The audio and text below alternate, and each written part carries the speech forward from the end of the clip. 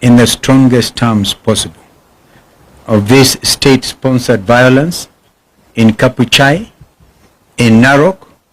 We saw some feeble attempt by IBC in Kasipul to do something, and they have been silent on these other things. A real time attempt, and by the way, these were scheduled political rally campaigns within the framework, and you can imagine what would have happened to Governor Mutembei out there. And by the way, he was supposed to have been around as well, but I think his party leader has spoken. Why would Murkomen want to issue a statement kusema they have withdrawn the security of leaders at this time? Ati wanachunguza. Sasa wanachunguza what is pretty obvious, that the opposition rally in Kapuchai, and of course under the arrangements of Mheshimiwa Kalasinga, whose home was raided. We have not heard of arrests of those people who went actually kwa Mheshimiwa na kuharibu kila kitu. Hatujasikia kwamba wameshikwa. What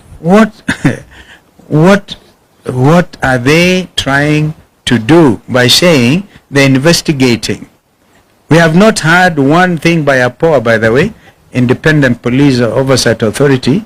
Even when people were stoned in Murang'a that time, peaceful things, people went all the way to police headquarters, to IPOA, make a presentation. We never heard them come back.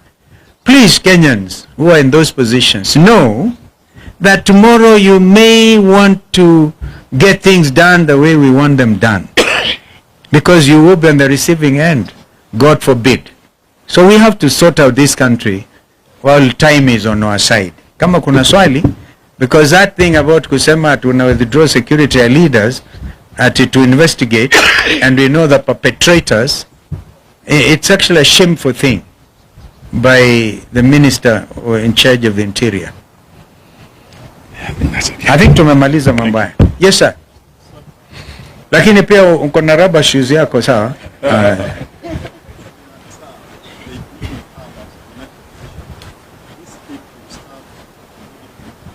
Yeah.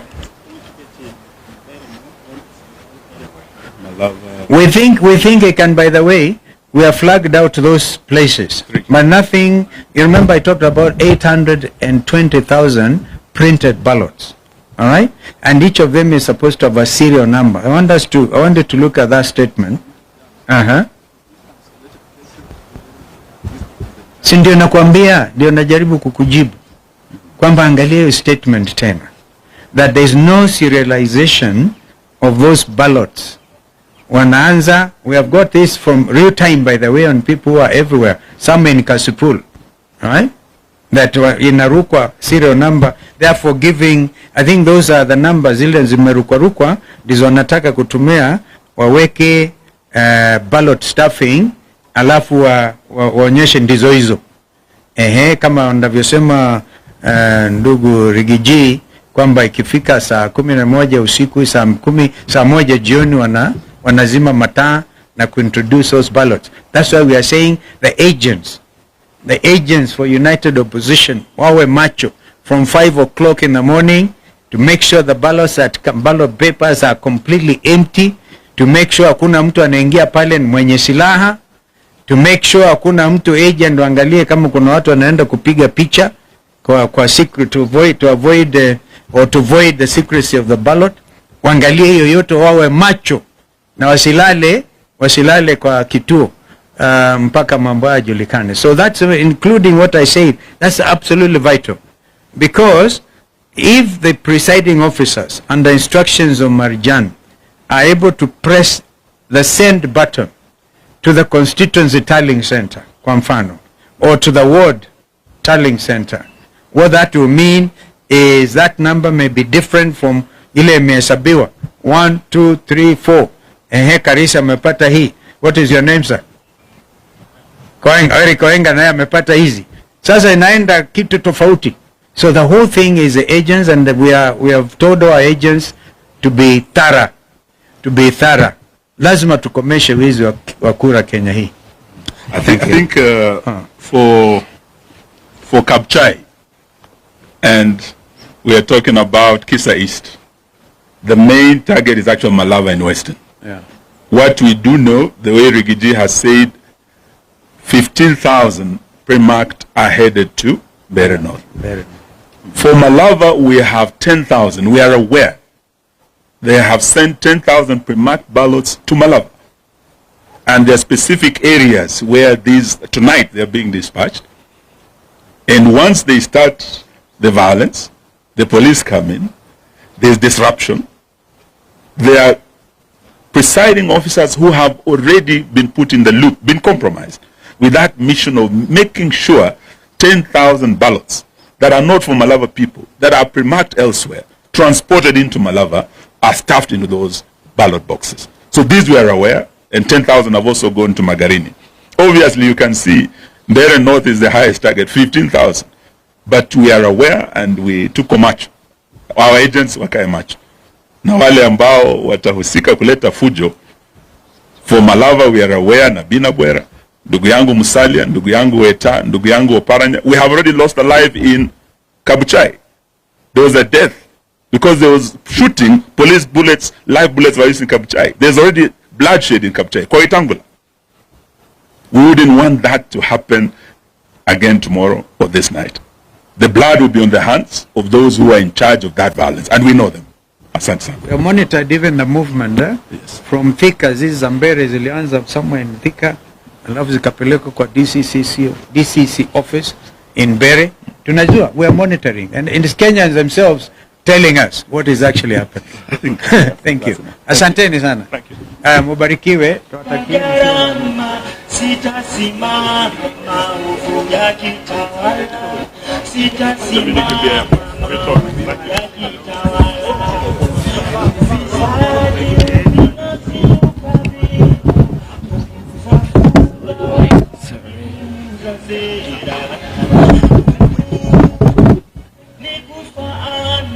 Sitasimama maovu ya kitawala.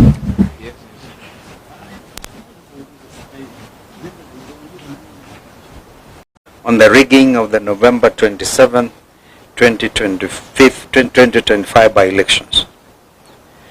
We want to thank all our united opposition teammates and supporters across the country who have shown up in big numbers for peaceful campaigns in these forthcoming November 27, 25 by-elections. Kenyans are clearly hungry for change, and they see these by-elections as a chance to register their feelings about the current regime. That dissatisfaction is real, and the regime knows it. That is why they are trying every trick to frustrate the people's will ahead of tomorrow's vote. But Kenyans are alert, and they are ready. From the mountain to the lake, from the ocean to Kisii, the message is the same, #Guantam. During these campaigns, we have sadly witnessed a series of desperate and well-coordinated attempts to subvert the will of the people. Number one, the heavy and intimidating deployment of police officers, many of them in plain clothes, accompanied by brutal attacks on opposition leaders and supporters. The intention is clear: to scare voters away from coming out in numbers they intend to tomorrow. We have seen this in Narok Town, in Malava, and in Bere North. Unmarked famous Subaru foresters have been roaming Chicago and Malava not to protect citizens, but to intimidate them. This is unacceptable in a democratic nation. Number two, the shameless bribery and manipulation of voters by senior state officers, including MPs, MCAs, chiefs, PSAs, CSAs, speakers of both houses of parliament, as well as county assemblies, the prime cabinet secretary, the deputy president, and the president himself, all misusing state machinery, including government vehicles, relief food, and non-food items like mattresses and blankets meant for disaster victims. and even letters of appointment to Kenyan embassies issued in public barazas. I think we have all seen this. This is a misuse of public trust and public resources. Call it plainly abuse of office by this current regime. Number 3, we have credible information that the serialization of 820 printed ballots, that's very important, 820,000 printed ballots was not done correctly and not properly inspected. This has created a dangerous loophole for ballot stuffing through extra or unaccounted for ballots.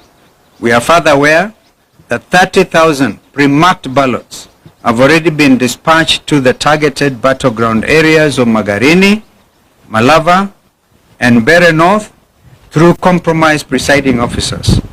This strikes at the heart of electoral integrity.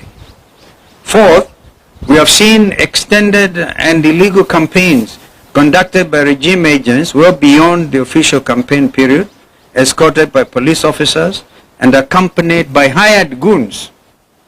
This is a deliberate attempt to tilt the playing field and subvert the will of the people. Number 5, violence is being prepared and deployed as a tool to cripple these by-elections. There is a well-coordinated scheme involving sections of the police, hired goons, and compromised IEBC officials. In Valava, for example, hired goons reportedly under the command of Lugari MP Nabi Nabwera are expected to spark violence using pangas and rungus and other crude weapons. They are to be protected by police, including a special team which has already been dispatched from Nairobi and we're monitoring their movements, the infamous Subaru unit. Once voting is disrupted, compromised IBC ballots, compromised IBC officers and clerks are expected to use that chaos to stuff ballots. We saw this pattern during the Gen Z protests, where police did not stop goons, but actually enabled them. We have again seen police in Narok and Kabuchai captured on camera moving goons and distributing funds. This is a betrayal of the oath to protect. Finally, ladies and gentlemen, as we stated on November 20th, there is a deliberate plan to misuse mobile phones in polling stations in ways that violate the secrecy of the ballot. The response from IBC has been weak and insufficient, with the junior officer in Magarini giving a half-hearted explanation to an issue that demands the full attention of the chairperson and indeed the entire commission. Their silence deepens our concern about the integrity of this institution at this critical moment. The IBC, by failing to address the genuine concerns raised by the opposition and the media, and by neglecting to put in place the necessary remedial measures, continues to cast a long shadow over its own independence. This new commission now stands accused, not by us alone, but by its actions of presiding over a process whose credibility grows more questionable by the day. A democratic, free and fair election cannot be built on silence, on evasion or selective action. It must be anchored on justice. We therefore demand that the IBC rises to the moment and A, confronts and overcomes the challenges facing this by-election. This is the first true test of the new commission. They must either overcome these challenges or be overcome by them, squandering the little trust Kenyans still hold. The commission must assure all Kenyans that it is not entangled with broad-based masters. B, to our supporters across the country, come out in large numbers and vote for all united opposition candidates. Remain peaceful, but also remain vigilant. Document every irregularity and promptly report every form of electoral malpractice witnessed in your constituencies or in your wards. To our agents, You have been prepared for this day. Confirm that all ballot boxes are empty before voting begins. And check even any possibility of open windows where things could have been brought in and sneaked in. Do not abandon your stations until polling is fully concluded. Report every incident, from attempted inducements to photo taking inside booths to any form of voter harassment by police in uniform or in plain clothes. To the media, election observers and civil society organizations, please maintain maximum vigilance at all polling stations. Shine the light where others attempt to hide the truth. Expose every malpractice. This is what is expected of us as citizens of this country, that we have to dig in for democracy. The desperation of this regime is obvious to all. They are hanging by a thread. The writing is on the wall. The die is indeed cast. No amount of public money, no deployment of police, bullets or tear gas, and no intimidation of opposition leaders and supporters will succeed in silencing the will of the people. And to the broad-based operators clinging to their last straws, let it be known the people have already spoken. At this defining moment, we urge Kenyans to stand firm, stand peaceful, and stand together. Let us prove once again that no force, however desperate, can overcome a united and a determined people. The will of Kenyans is sacred. It cannot be bought, it cannot be bullied, or indeed it can never be broken. Tomorrow, let us vote with courage, guide the vote with vigilance, and move forward with faith, knowing that the truth may be delayed, but it cannot surely be denied. May God bless Kenya and all of us. My colleagues may want to add, but to do that aspect I talked about, the 820,000 ballots already printed. They were printed out in Greece, and the policy for by-elections has always been, you print locally. The Kenya Literature Bureau, for example, has been in that business.